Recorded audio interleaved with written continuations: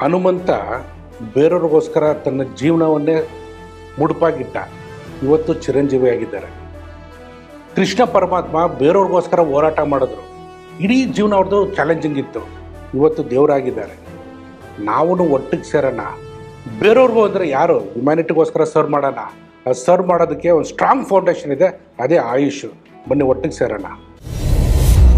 Global wellbeing conference ಇದೇ April 2025 11, 12, 13, 14 block ಮಾಡ್ಕೊಳ್ಳಿ. Palace ಗ್ರೌಂಡಲ್ಲಿ ನಡೆಯುತ್ತೆ. ಎಲ್ಲರೂ ಒಟ್ಟಿಗೆ ಸೇರೋಣ, ನಮ್ಮ ಯೂನಿಟಿನ ತೋರಿಸೋಣ.